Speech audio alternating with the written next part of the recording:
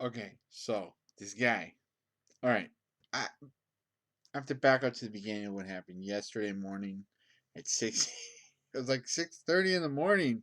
I get to work at 6 a.m. at the gas station where I'm an assistant manager and doing paperwork in the back, going through receipts, and there's like five, six, eight different types of receipts and stuff that we have to organize. And each cashier has a sheet that they fill out. We have to check the numbers.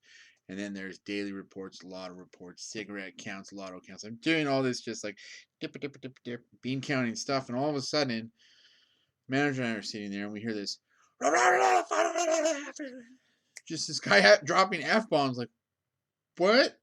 We have a female cashier, two female cashiers out on the register. Like there couldn't be anybody they're cussing at other than a customer who wouldn't have been a female.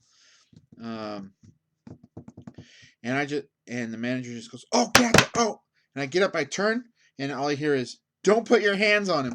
And I go, and I didn't see anything in the camera. She looked at the camera as I was running. I go, "Oh crap!" I'm just like thinking, like, "What's going on? What's going on?" I run around the corner, and I see what's going on. I see the cashiers are safe, and I kind of like, oh, relax, and I turn the corner right next to our beer cooler, and I run around to the edge where the coffee normally is. We have construction going on. I thought maybe they were cussing at someone was cussing at one of the construction workers. Um, and I get right to like right between where the cashier's on my right and the person yelling is on the left, and I said like, "Oh, sir, stop cussing. You know this is a well, you can't cuss like this in here. Why are you so angry?" Or like, you need to go outside. He goes, "I don't know to do a damn thing." He's just pissed off. Like, how did this happen? Like, what's going on? How are you mad at our cashier? She's also been trained as an assistant manager, does everything right. Well, she did everything right, but the guy just misunderstood what happened. What happened? What had happened was that's the thing we always say when something stupid that happens and we're trying to explain it to like back out of it seeming really bad. Well, what had happened was that here's what happened. Let me tell you what happened. What happened is this guy comes in from some other pump and says, "Hey, I need $20 on pump 12 and or on pump 2." And our cashier, who's well trained, knows all our paperwork, puts the $20 cash on pump 2. When he goes out to pump 12, and as he's going out, like his car's on 12, right?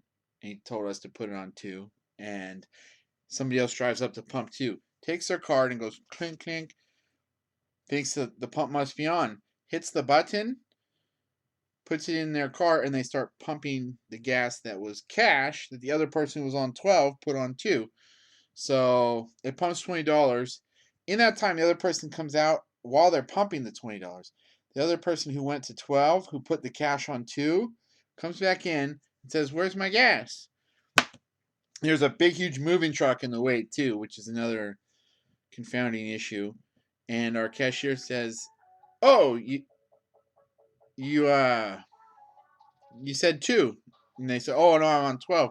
Well, that person's pumping your gas. You have to go ask them to come in here to pay for $20 on your pump since you told me to. We have to do that, right? So the guy brings the other guy in here and doesn't understand what it is into the gas station, not here, not my house where I live, obviously. And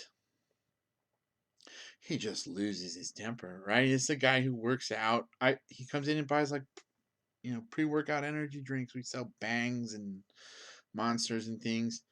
So, uh, I don't know. It just was like one of these things. Like, whoa, my heart rate's all high up in the air, and I realized like when I stepped in, I was kind of like a little too close, and he was like his eye from the one side was like looking at me like that, and talking to the cashier, and I stepped back. I remember this little bit of training they gave us about don't step into something, but I just kind of to come around the corner to lean on the counter. And then he came up to the counter. I was already at the counter, and then he stepped into the counter to finish whatever he did. He didn't end up finishing his transaction because he just was super impatient. I'm pretty sure he had an energy drink or something. Was about to go to the 24-hour fitness, but I don't know. I feel bad that it was that guy because the guy's always cool. Like, the guy with short hair like me, in better shape than I'm in right now, but has looks like a fight trainer, and I used to train a lot until I got into my motorcycle accident. I was on foot. Motorcycle ran me over, and I was in a coma for 6 days. Had pretty bad concussion and had to stop running. I haven't run for 6 years um, because of that. So pretty life changing. But anyways, like it's always cool to see someone, is working out, working hard. And then all of a sudden the guy's like raging on one of our female cashiers, like, oh shit. I thought he was gonna lash out at me maybe, and like, so I kept kind of saying like letting it go. And going, no, sir, you need to go outside. You need to go outside. I wasn't using I statements. I wasn't saying I need you to go outside because I wasn't trying to be a hard ass, but I don't do that. I don't give people I statements if they're irate and using language. But I really wasn't trying to start a fight, but it is one of those things. I don't need you to go outside. Like, I don't want a fight, but I am kind of always ready to fight. I wear steel toe boots at work. Um, Pretty much for no other reason other than in case there's a fight. But, that having been said, I have to make sure not to kick the hell out of someone's skull or something, and only kick them in the knee or something like that. It sounds bad that I wear steel toe boots only in case there's a fight. It's because I have all these other little work tools like my calculator, my phone, my pen, my box cutter, the stupid little box cutter that has the backwards little hook, the razor blade inside so you can't cut any products, things like that. I have my couple computer notes and things that I have to refer back to because things only happen once a month that I don't always remember what to key into our product system. So, rather than carrying brass knuckles that I could drop somewhere, I wear steel toe boots. So, but still, it's like when something happens, it's like, oh shit, this might be a fight.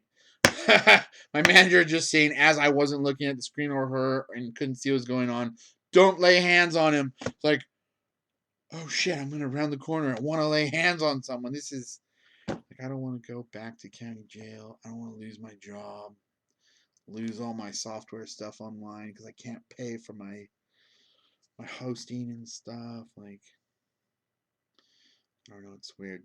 Gas stations they always have weird things that can happen. People are kind of on edge right now too.